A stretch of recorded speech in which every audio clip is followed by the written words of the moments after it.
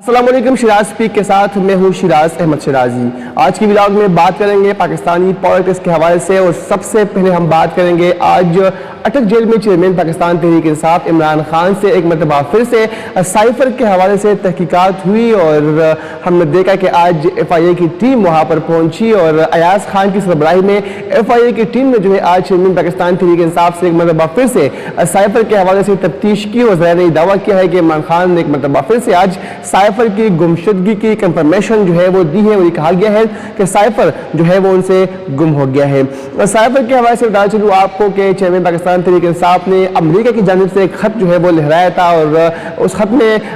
پاکستان میں جو چیئرمین پاکستان تحریک انصاف اور پی ٹی آئی کی جو حکومت تھی اس کو گرانے میں جو ہے وہ امریکہ کا ہاتھ تھا، یہ دعویٰ کیا تھا پاکستان تحریک انصاف نے۔ اور اس کے بعد جو ہے ہم نے دیکھا تھا کہ سائفر کے حوالے سے مقدمات بھی جو ہے وہ درج ہوئے، اور سیکریٹ ایکٹ کی خلاف ورزی پر جو ہے ہم نے دیکھا تھا کہ پاکستان تحریک انصاف کے جو وائس چیئرمین ہے شاہین محمود قریشی کو بھی ایف آئی اے نے گرفتار کیا تھا، اور اس وقت وہ ایف آئی اے کی کسٹڈی میں ہے، ان سے اس وقت تفتیش جو ہے وہ جاری ہے۔ تاہم آج اہم ڈیولپمنٹ تھی کہ چیئرمین پاکستان تحریک انصاف عمران خان سے بھی اٹک جیل میں، چونکہ وہ تو شاہخانہ کیس میں جو ہے اٹک جیل میں اپنی سزا جو ہے وہ کاٹ رہے ہیں، وہ جج ہمایون دلاور نے جو ہے یہ فیصلہ سنایا تھا تو شاہانہ کیس میں، اس کے بعد چیئرمین پاکستان تحریک انصاف کو سزا ہوئی تھی اور اس وقت وہ جیل میں ہے۔ تاہم کل یہ خبر سامنے آئی تھی کہ جج ہمایون دلاور کو جو ہے او ایس ڈی کر دیا گیا ہے، وہ اس کے بعد ہم نے دیکھا تھا کہ ان کی طرف سے ایک لیٹر بھی سامنے آیا تھا کہ انہوں نے کہا تھا، اس لیٹر میں جج ہمایون دلاور نے کہا تھا کہ چیئرمین پاکستان تحریک انصاف عمران خان کے خلاف توشاخانہ کیس میں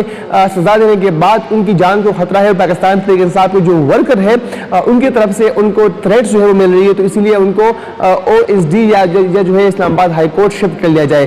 تو یہ دو خبریں ہم نے کل صورتی کا سامنے تھی، لیکن آج تحقیقات کا باقاعدہ آغاز بھی چیئرمین پاکستان تحریک انصاف سے کر لیا گیا ہے ایف آئی اے کی جانب سے اٹک جیل میں۔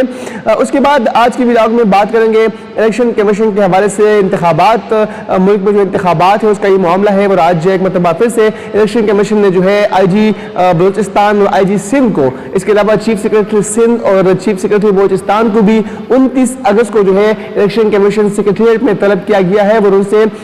جو ہے باقاعدہ طور پر انتخابات کے حوالے سے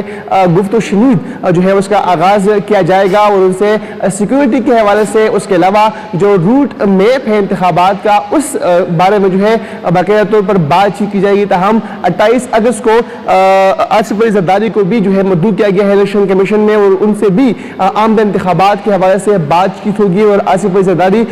سے جو ہے یہ بھی ان سے پوچھا جائے گا ان کی جو رائے ہے انتخابات کے حوالے سے کیا ہے وہ بھی، جس طرح کل ہم نے دیکھا تھا کہ نون لیگ نے انتخابات جلد کرانے کی حامی بھری تھی۔ پاکستان تحریک انصاف کا پہلے سے یہ سلوگن ہے کہ 90 دنوں کے اندر انتخابات جو ہے ہو جائیے، وہ جمعیت علماء اسلام کا بھی اسٹانس ہے۔ اس کے علاوہ پیپلز پارٹی نے تو پہلے ہی کہا تھا کہ انتخابات جو ہے وہ جلد از جلد اس کا انعقاد جو ہے وہ لازمی ہے۔ تاہم کل آصف علی زرداری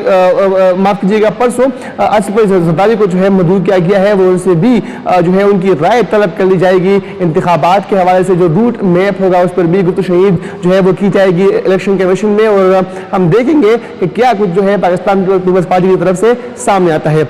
الیکشن کمیشن میں انتخابات کے حوالے سے ان دنوں ماحول جو ہے وہ انتہائی گرم ہے، اور اس سے قبل صدر مملکت نے جو ہے ایک خط بھی لکھا تھا چیف الیکشن کمیشنر کرام، اور ان کو بتایا تھا کہ آپ جو ہے وہ انتخابات کے حوالے سے ان سے ملاقات کریں۔ اس کے بعد ہم نے دیکھا تھا کہ صدر مملکت نے جو ہے صدر مملکت کا جواب جو ہے چیف الیکشن کمیشن نے دیا تھا، اور باقاعدہ طور پر اجلاس بلایا گیا تھا، وہ اجلاس میں یہ فیصلہ ہوا تھا کہ وہ ان سے ملاقات کیے نہیں جائیں گے، اور انتخابات کے حوالے سے، انتخابات کی تاریخ کے حوالے سے چیف الیکشن کمیشن صدر مملکت سے کسی ملاقات کرنے کا پابند جو ہے وہ نہیں ہے۔ انتخابات کی تاریخ دینا ہے، انتخابات کے حوالے سے روٹ میپ دینا، یہ جو ہے الیکشن کمیشن کی ثوابدید ہے، تو اسی لیے اس پر صدر مملکت سے کوئی بھی مشاورت جو ہے وہ نہیں کی جا سکتی۔ یہ باقاعدہ طور پر اجلاس میں یہ بات سامنے آئی تھی، اور قانونی ماہرین نے یہ رائے دی تھی چیف الیکشن کمشنر کو، اور اس کے بعد انہوں نے صدر مملکت کو یہ خط لکھا تھا کہ الیکشن ایکٹ 2017 میں ترمیم کے بعد اب جو ہے انتخابات کے حوالے سے سے